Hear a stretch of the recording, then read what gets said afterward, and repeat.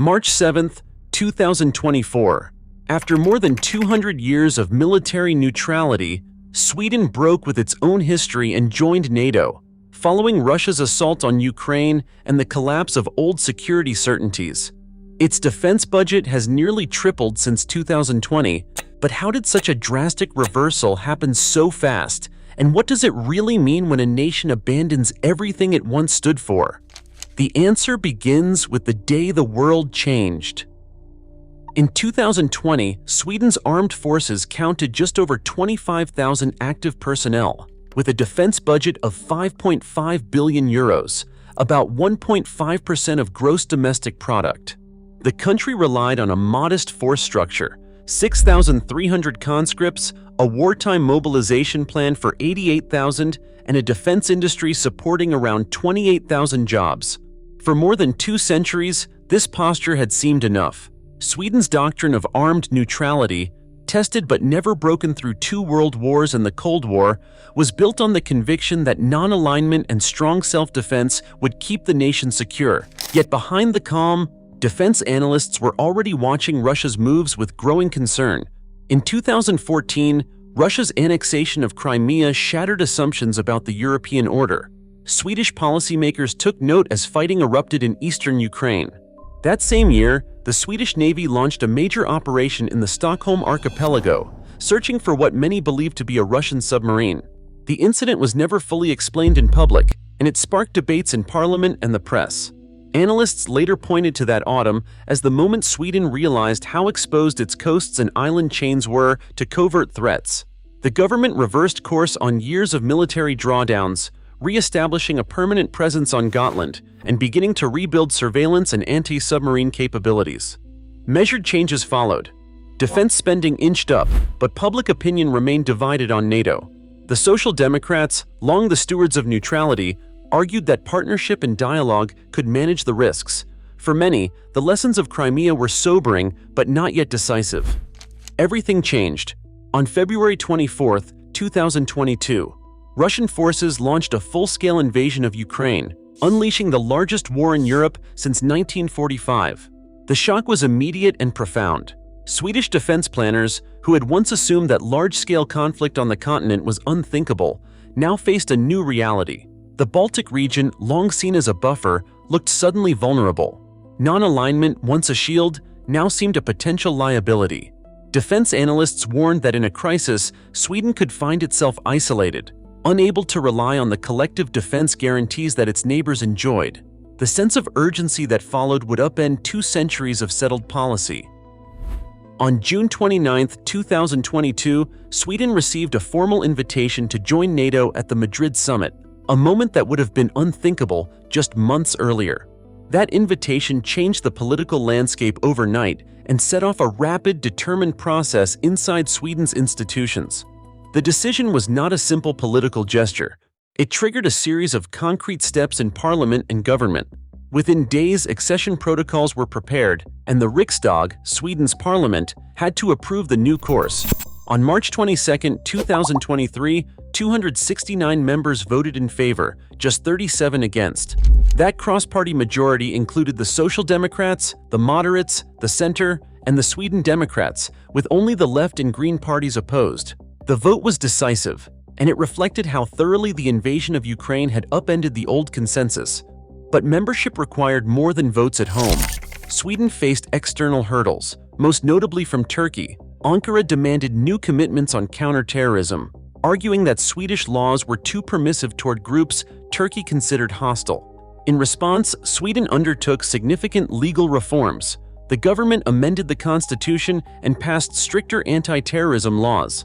Those changes were debated intensely in Stockholm, and they ultimately cleared parliamentary and legal review. Arms export restrictions to Turkey were lifted, and a trilateral memorandum signed at Madrid formalized Sweden's pledges on extradition and security cooperation. Hungary's objections were different. They stemmed less from security concerns and more from broader political grievances, including disputes over rule of law criticisms and education policy. High-level visits and diplomatic assurances eventually broke the deadlock, but the process stretched on for months after Finland's accession in April 2023. Throughout, Swedish leaders emphasized that the country would proceed in lockstep with Finland, refusing to move ahead alone. Prime Minister Ulf Kristersson described the decision to join NATO as the biggest security policy decision since the Cold War. By the time the final instruments of accession were deposited in Washington on March 7, 2024, Sweden had not only rewritten its security doctrine, it had completed a thorough democratic process. Legislative actions, legal reforms, and diplomatic negotiations formed a chain of events that closed the book on more than 200 years of military non-alignment. What began as a reaction to war in Europe became one of the most consequential political reversals in Swedish history. The shift was rapid, comprehensive, and irreversible, and it reshaped security across the Baltic region. Sweden's transformation from a modest neutral force to a NATO frontline member rests on a surge of new hardware, investment, and industrial output. The backbone of Sweden's AIR power is the Gripen fighter, with more than 100 jets in service, more than any other Nordic country. By October 2025, the Swedish Air Force will field 60 next-generation Gripen E aircraft, delivered under a $9 billion program. Integration of Taurus long-range missiles is set for December 2025, extending Sweden's reach deep into contested airspace. Together with Norway, Finland, and Denmark, the Nordic fighter fleet will soon total between 250 and 400 aircraft, giving the region a dense web of air defense. On land, the Army now fields 121 Leopard 2 main battle tanks, 450 CV90 infantry fighting vehicles from BAE Systems Hägglunds, and 26 Archer self-propelled artillery systems. These units are designed for rapid mobilization and armored maneuver in the forests and archipelagos that define Sweden's geography.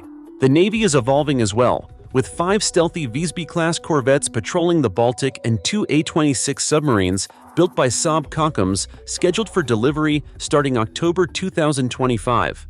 These new submarines represent a €1 billion investment in undersea deterrence. Sweden's ground-based air defense is anchored by 7 Iris-T SLM batteries valued at €900 million and short-range SLS systems worth another €210 million.